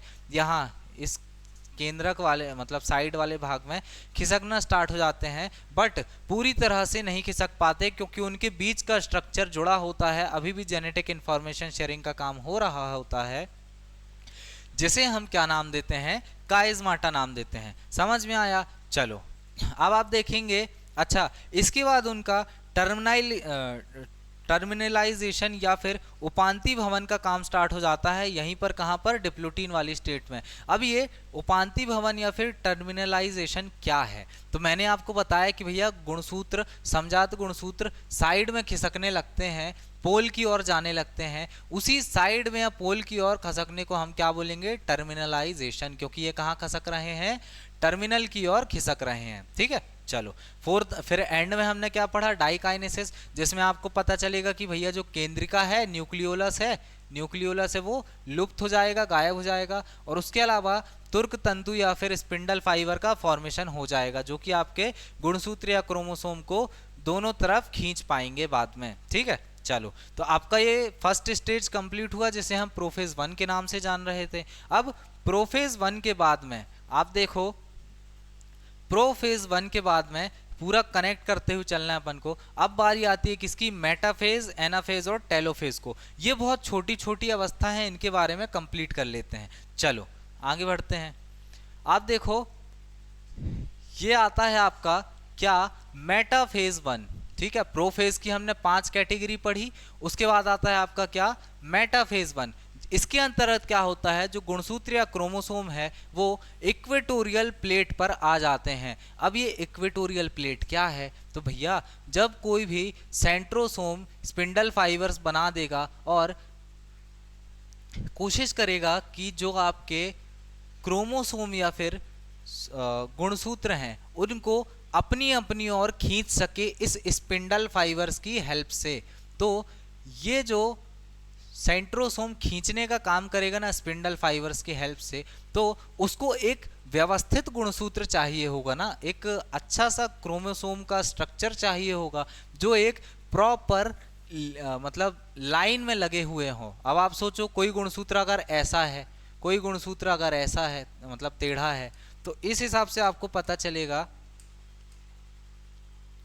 इस हिसाब से आपको पता चलेगा कि भाई अगर आप कोई भी गुणसूत्र है जिसको आप क्या करते हैं, कोई भी गुणसूत्र है जो इस प्लेट में सही से नहीं बैठा है ना, इस प्लेट में सही से नहीं बैठा है, यानी अगर समझ लो इस भाग से ही जुड़ते हैं आपके स्पिंडल फाइबर्स। मैं बता चुका हूं जब आपको सेंट्रोसोम पढ़ाया था तो स्पिंडल फाइबर्स पढ़ाया था, और गुणसूत्र में आपको मैंने ये बीच वाला स्ट्रक्चर पढ़ाया था, और इसी बीच वाले स्ट्रक्चर में आपके सेंट्रोसोम के स्पिंडल फाइबर्स जाके जुड़ रहे थे, ये भी मैंने पढ़ा चुका हूं। तो भाई अगर ये स्पिंडल फाइबर्स इससे जुड़ेंगे, बीच वाले भाग से जुड़ेंगे, और अगर ये भाग ही स्पष्ट ना हो, अच्छे से नहीं दिखा हो, तो क्या ये स्पिंडल फाइबर्स जुड़ पाएंगे? नहीं जुड़ पाएंगे। तो इस क्रोमोसोम को एक लाइन में लगाने के लिए एक प्लेट का फॉर्मेशन होता है अंदर, काल्पनिक या इमेजिनरी प्लेट का फॉर्मेशन होता है, जिसे हम इक्वेटोरियल प्लेट कहते हैं। समझ आया? चलो इसके बाद आपकी बारी आती है किसकी, एनाफेज 1 की। मेटाफेज 1 हो गया जिसमें इक्वेटोरियल प्लेट का फॉर्मेशन होता है, यही बस ध्यान रखना है। फिर आपका एनाफेज 1 को ध्यान रखना है जिसमें जो गुणसूत्र बिंदु या फिर सेंट्रोमेयर होते हैं। क्या होते हैं गुणसूत्र बिंदु या सेंट्रोमेयर? तो भैया चलो नीचे बताता हूं, इसको बना दो। हाँ देखो, जब भी आपका गुणसूत्र जो है ना, जब भी आपका गुणसूत्र या क्रोमोसोम जो है वो क्या हो, उस गुणसूत्र या क्रोमोसोम में क्या होगा, गुणसूत्र बिंदु होगा यानी सेंट्रोमेयर। कहाँ पर होता है भैया? ये जो बीच वाला भाग है जहां पर आपके दो क्रोमेटिड्स आपस में जुड़े हुए हैं, उसी बीच वाले भाग को क्या बोलते हैं हम? उसी बीच वाले भाग को हम कहते हैं सेंट्रोमेयर। ठीक है, अब ये सेंट्रोमेयर वाले जो भाग होते हैं वो विभाजित नहीं होते हैं, आपके गुणसूत्र बिंदु या सेंट्रोमेयर विभाजित नहीं होते हैं, जिससे जोड़े गुणसूत्र जो होते हैं, यानी कि आपके जो पेयर होते हैं किसके, क्रोमोसोम्स के, वो कहां पर चले जाते हैं? विपरीत ध्रुवों में यानी अपोजिट पोल्स में चले जाते हैं। तो आप ध्यान से देखो, ये जो आपका सेंट्रोसोम है, तारक काय है हिंदी में, है ना, दोनों ओर से स्पिंडल फाइबर का फॉर्मेशन किया उसने। स्पिंडल फाइबर्स इस सेंट्रोमेयर वाले भाग से जाकर जुड़ गए, और जो आपके पेयर जो था, गुणसूत्र का जो जोड़ा था, वो हर एक जोड़ा या तो ऊपर चला जाएगा या तो नीचे चला जाएगा। कहां पर? आपके पोल वाले स्ट्रक्चर के पास में। पोल यानी कि आपका जो ध्रुव वाला स्ट्रक्चर है वहां पर चला जाएगा। तो एनाफेज 1 स्टार्ट हो, समझ में आ गया। चलो एंड आता है आपका टेलोफेज 1। ठीक है, टेलोफेज 1। अब इस टेलोफेज 1 में क्या होता है आपका, टेलोफेज 1 में क्या होता है, थोड़ी सी बात ध्यान रख लें कि आपका गुणसूत्र जो है वो ध्रुवों की ओर खसक गए थे इसके पहले वाले में ही। अब ध्रुवों की ओर जाने के बाद इन गुणसूत्रों के बाहर एक झिल्ली या फिर मेम्ब्रेन का फॉर्मेशन होता है, जिसे हम केंद्रक झिल्ली कहते हैं। ठीक है, यही केंद्रक झिल्ली पुनः निर्मित हो जाती है आपकी न्यूक्लियस मेम्ब्रेन या केंद्रक झिल्ली दोबारा बन जाती है किसमें? आपके इस टेलोफेज वाले स्ट्रक्चर में। अब इसके बाद बचा ये बाहर वाला भाग जो क्या कहलाता है आपका? साइटोप्लाज्म कहलाता है। याद होगा मैंने पढ़ाया था, है ना, साइटोप्लाज्म कहलाता है। अब भैया इस साइटोप्लाज्म को भी तो डिवाइड होना है, तो इस साइटोप्लाज्म को डिवाइड होने के लिए क्या लिखा है, देखो ऊपर लिखा है कोशिका द्रव्य विभाजन, कोशिका द्रव्य विभाजन या फिर साइटोकाइनेसिस होता है।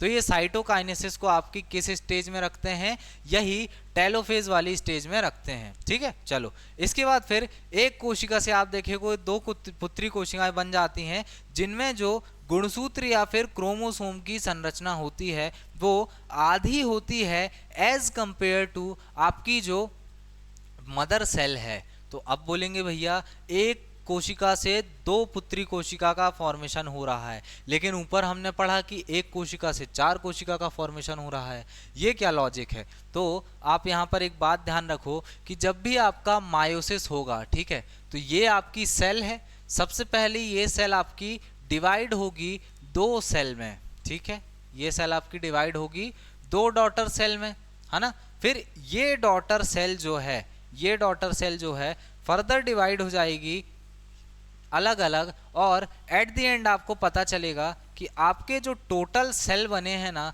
आपके जो टोटल सेल बने हैं ना, उसमें नंबर ऑफ क्रोमोसोम जो है वो आधे होंगे। कैसे होंगे, देखो अगर यहाँ पर 46 गुणसूत्र हैं, तो मैंने बोला सेल जब डिसाइड करती है कि उसको डिवाइड होना है, तो वो क्या करती है, पहले G1 फेज में डिसाइड कर लेगी, फिर जाएगी S फेज में, इंटरफेज के पार्ट पर आ रहा हूं मैं, याद होगा आप लोगों को, फिर जाती है वो एस फेज यानी कि सिनेप्सिस फेज में, जहां पर उसके डीएनए की फोटोकॉपी होती है। तो आप देखोगे डीएनए की फोटोकॉपी हो गई, 46 से आपके 92 क्रोमोसोम्स बन गए आपके कहां पर, इस सिंगल सेल में। अब ये सेल डिवाइड हो जाएगी, तो इसके 46 क्रोमोसोम यहां पर आ गए और 46 क्रोमोसोम यहां पर आ गए। एट द एंड आप देखोगे कि जब ये वाला पार्ट कंप्लीट हुआ, इसके बाद सेल दोबारा डिवाइड होती है, और दोबारा डिवाइड होने के बाद वहां पर आपका जो डीएनए है वो डीएनए का क्या नहीं होता, रेप्लिकेशन नहीं होता। तो जब डीएनए का रेप्लिकेशन नहीं होगा तो गुणसूत्रों की संख्या कितनी रह जाएगी, आधी। तो यहां पर आपको पता चलेगा कि एट द एंड आपका जो एट द एंड आपका जो सेल मिलता है आपको, है ना, वहां पर कितनी सेल मिलती हैं भैया, 4 मिलती हैं, लेकिन पहले 2 मिलती हैं, है ना। और जो आपके क्रोमोसोम होंगे, गुणसूत्र होंगे, वो कैसे होंगे, वो आपके हाफ होंगे एज कंपेयर टू आपकी मदर सेल या फिर पुराने वाले से, ठीक है। चलिए आगे बढ़ते हैं, यही चीज यहां पर दिखाया गया है। अब ये जो मायोसिस 1 था जिसको हमने कंप्लीट कर लिया, इसके बाद सेल इंटरकाइनेसिस यानी कि विश्राम अवस्था वाली स्टेज में चली जाती है। अब ये जो विश्राम अवस्था या फिर इंटरकाइनेसिस वाली स्टेज है, इसमें सेल थोड़ी विश्राम करती है ना। इसमें बनने वाली जो पुत्री कोशिका या फिर डॉटर सेल हैं वो थोड़ी बहुत क्या करती हैं, रेस्ट करती हैं। और एक चीज़ याद रखना है कि यहाँ पर आपका जो डीएनए होगा, जो आपका डीएनए होगा वो क्या नहीं करेगा, रेप्लिकेट नहीं करेगा, डीएनए का रेप्लिकेशन नहीं होता है, ये चीज़ आपको ध्यान रखना है। चलो आगे बढ़ते हैं।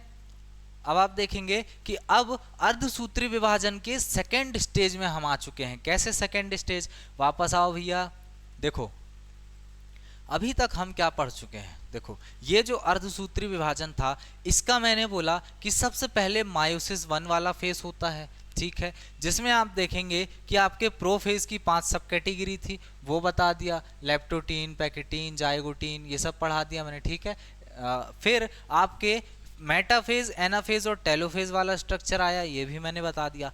अब ये जो आपकी सेल है विश्राम अवस्था या फिर इंटरफेज में जाएगी, जहां पर आपके डीएनए का रेप्लिकेशन नहीं होगा, डीएनए की फोटोकॉपी नहीं होगी, और फिर वो सेल दोबारा हिम्मत बांधेगी और जाएगी कहां पर आपकी कि भैया अब हमें दोबारा से डिवाइड होना है, ठीक है। और वो जाएगी किस स्टेज में, आपके मायोसिस 2 वाले स्टेज में, ठीक। चलो ये जो मायोसिस 2 वाला स्टेज है, अब इसी को हमें कंप्लीट करना है। तो देखो ये जो आपका मायोसिस 2 वाला स्टेज है, आप देखेंगे कि अर्धसूत्री विभाजन के मायोसिस 2 वाला स्टेज में होता है, जो मायोसिस 2 वाला स्टेज होता है ये प्रॉपर सिमिलर होता है किसके, जो समसूत्री विभाजन यानी कि माइटोसिस वाली मेथड होती है ना, सेम उसकी फोटोकॉपी है।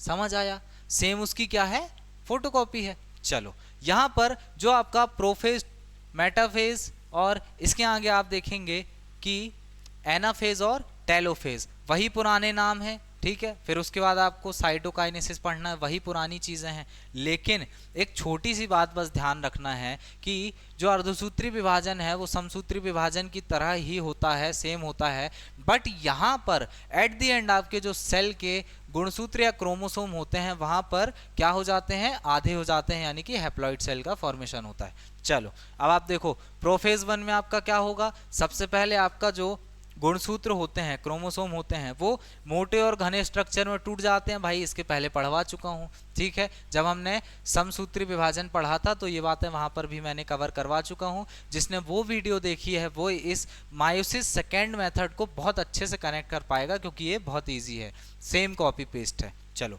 फिर आता है आपका मेटाफेज। यहाँ पर क्या होगा, आपका जो क्रोमेटिड्स थे, क्रोमेटिड्स यानी अगर कोई गुणसूत्र है इसके ये 2 क्रोमेटिड्स कहलाते हैं, अलग अलग पार्ट ऐसे तोड़ दो तो वही जो क्रोमेटिड्स हैं वो सेंट्रोमियर के द्वारा जुड़े रहते हैं। भाई इस बीच वाले पार्ट को हम सेंट्रोमियर कहते हैं, है ना। और वो मध्य रेखा पर आ जाते हैं, यानी मध्य रेखा यानी इक्वेटोरियल प्लेट। आप गौर से देखो, ये इक्वेटोरियल प्लेट पर क्या होते हैं, सेट हो जाते हैं, ठीक है। चलो तो दूसरी उसमें क्या ध्यान रखना है कि आपका जो देखो प्रोफेज था, प्रोफेज में आपके गुणसूत्र पतले घने मोटे हो गए। दूसरा मेटाफेज था, मेटाफेज में क्या हुआ, इक्वेटोरियल प्लेट का फॉर्मेशन हो गया, ठीक है, जिसको हमने हिंदी में मध्य रेखा बोला।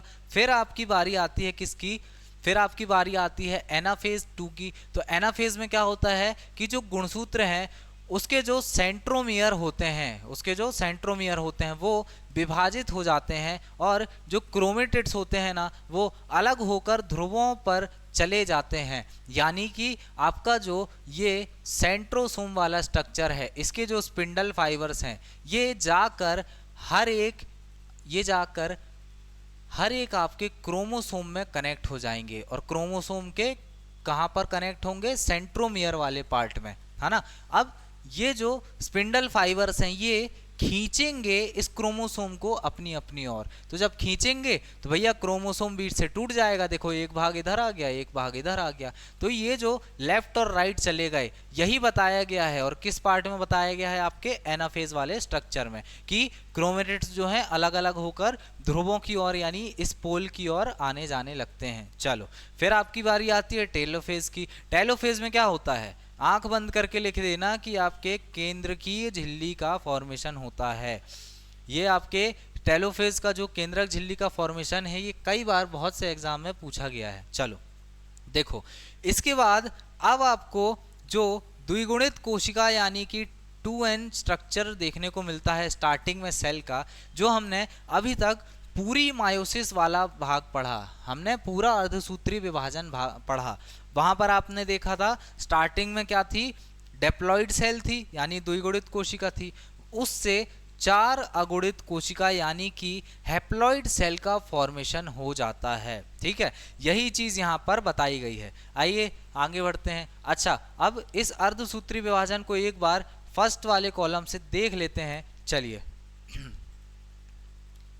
हमने भैया अर्धसूत्री विभाजन कंप्लीट कर चुके हैं, मायोसिस हमारा कंप्लीट हो चुका है, जिसमें आप देखेंगे फर्स्ट वाले में प्रोफेज की 5 सब कैटेगरी, फिर मेटाफेज, एनाफेज, टेलोफेज, फिर ये जाएगा किसमें, विश्राम अवस्था या इंटरफेज में, फिर आएगा मायोसिस सेकेंड वाले में, और मायोसिस सेकेंड में आपको नॉर्मल समसूत्री विभाजन, समरूद विभाजन या फिर होमोटैपिक जैसा पढ़ना है, जिसको हम माइटोसिस कहते हैं। सेम वैसा ही मेथड है, उसमें भी क्या है, प्रोफेज, मेटाफेज, एनाफेज और टेलोफेज है। ये हमने चीजें कवर कर ली। अब आप देखो कि ये जो अर्धसूत्री विभाजन या फिर मायोसिस है भाई क्यों इंपॉर्टेंट है ना, क्यों इंपॉर्टेंट है जानना तो जरूरी है। तो सबसे पहले आपका जो क्रोमोसोम होता है, इस क्रोमोसोम के नंबर को रिड्यूस करने के लिए यानी रिडक्शन करने के लिए मैंने आपको बढ़ाया था कि भाई ह्यूमन बॉडी में 46 गुणसूत्र होते हैं, है ना।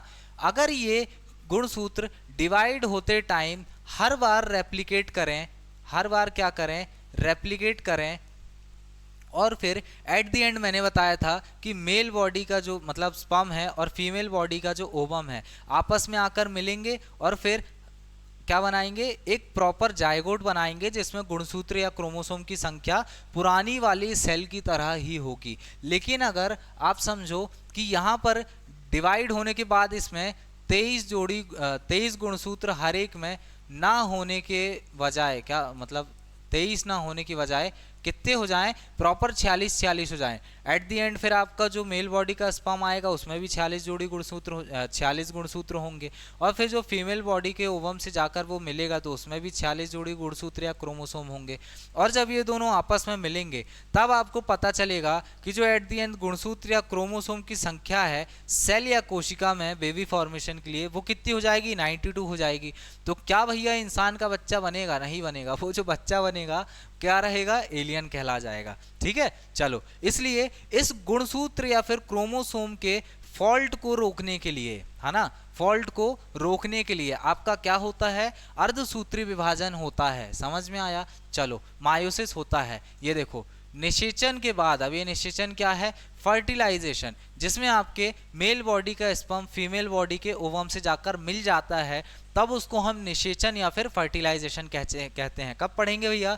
जब रिप्रोडक्शन पढ़ेंगे, चैप्टर है ना, रिप्रोडक्शन या फिर आप जननांग ये सब पढ़ेंगे, तब आपको पता चलेगा कि भैया कैसे आपका मतलब स्पर्म और ओवम आपस में मिलता है और ये निषेचन या फर्टिलाइजेशन क्या कहलाता है। अभी मैंने बस टर्म क्लियर करवा दिया कि भैया जब आपका स्पर्म और ओवम मिलता है उसे ही हम निषेचन कहते हैं। ठीक है, और यहाँ पर संतति गुणसूत्र, जो आपके निषेचन के बाद जो संतति है, मतलब या फिर ये जायगोट का फॉर्मेशन होगा, जब आपके स्पर्म और ओवम आपस में मिल जाएंगे, फिर आपका जो गुणसूत्र या क्रोमोसोम होगा उसकी संख्या 92 ना होकर 46 रहे, इसलिए आपका अर्धसूत्री विभाजन होता है। समझ में आया? ये आपको ध्यान रखना है। फिर दूसरे नंबर पे आते हैं कि भैया जो आपका अनुवांशिक पदार्थ है, यानी कि अनुवांशिक पदार्थ या फिर जिसको हम जेनेटिक मटेरियल्स कह रहे थे, उनकी शेयरिंग के लिए याद करो पैकेटिंग वाला भाग, प्रोफेज 1 की पैकेटिंग यानी थर्ड वाली स्टेज, जहां पर मैंने आपको बताया था कि गुणसूत्र जो है, क्रोमोसोम जो है, वो होमोलोगस क्रोमोसोम यानी कि समजात गुणसूत्रों में विभाजित हो जाता है, और जो समजात गुणसूत्र है वो आपस में पेयर बना लेते हैं और फिर अपने जेनेटिक इंफॉर्मेशन को शेयर करने का काम करते हैं। तो यही जीन विनिमय या फिर जीन या जेनेटिक के एक्सचेंज के लिए ये आपके मायोसिस या फिर अर्धसूत्री विभाजन इंपॉर्टेंट है। ठीक है, चलो, और इसी जीन विनिमय या फिर जेनेटिक एक्सचेंज के बाद आपको पता चलेगा कि जो आपके बेबी का फॉर्मेशन होता है वहाँ पर क्या होगा, संतति में विभिन्नताएं आती हैं, जिससे जैव विकास होता है, या फिर आपका आप देखेंगे कि थोड़ा कहीं ना कहीं यूनिकनेस आती है। ठीक है, अब ऐसा तो है नहीं भैया कि आप अपने मम्मी पापा से आए हो तो आप सेम उनके जैसे दिख रहे हो, कहीं ना कहीं थोड़ा बहुत बदलाव आपके अंदर भी आता है, और वो बदलाव चाहे आपकी नाक हो, कान हो, कुछ स्ट्रक्चर हो देखने में, वो कैसे चेंज हुआ, वो इसी जीन विनिमय या फिर जेनेटिक एक्सचेंज के कारण हुआ कि भैया कान मम्मी के आ गए, नाक पापा की आ गई, आँख फिर मम्मी की आ गई। ऐसा चलता है ना अलग अलग चीज़ें, वो क्यों होता है? इसी जेनेटिक इंफॉर्मेशन के एक्सचेंज के कारण होता है। चलो, तो यहाँ पर आपको महत्व समझ में आ गया कि अर्धसूत्री विभाजन क्यों ज़रूरी है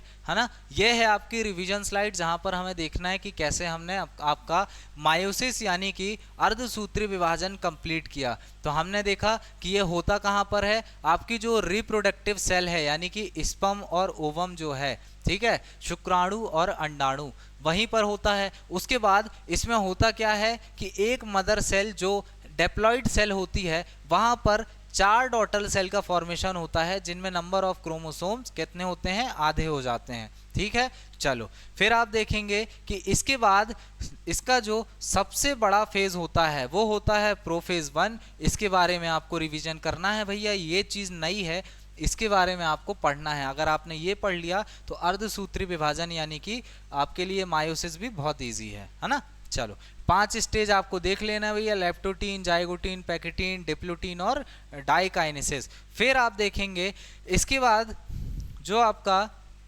पैकेटीन वाला भाग है, ये 3rd नंबर वाला भाग, यहाँ पर क्या होता है, आपका पैकेटिंग वाला जो भाग है वहाँ पर आप देखेंगे क्रॉसिंग ओवर का काम होता है, जिससे जेनेटिक मटेरियल आपस में शेयर होने का काम करते हैं। ठीक है, ये बहुत इंपॉर्टेंट है, क्वेश्चन आता है यहाँ से एग्जाम में, आपको ये चीज़ ध्यान रखना है। और एट द एंड आप देखेंगे कि जो आपका मायोसिस 1 था और मायोसिस 2 था, उसके बीच में रेस्टिंग फेज आता है, जिसको हम क्या नाम देते हैं, इंटरकाइनेसिस नाम देते हैं, जहां पर डीएनए का रेप्लिकेशन नहीं होता है।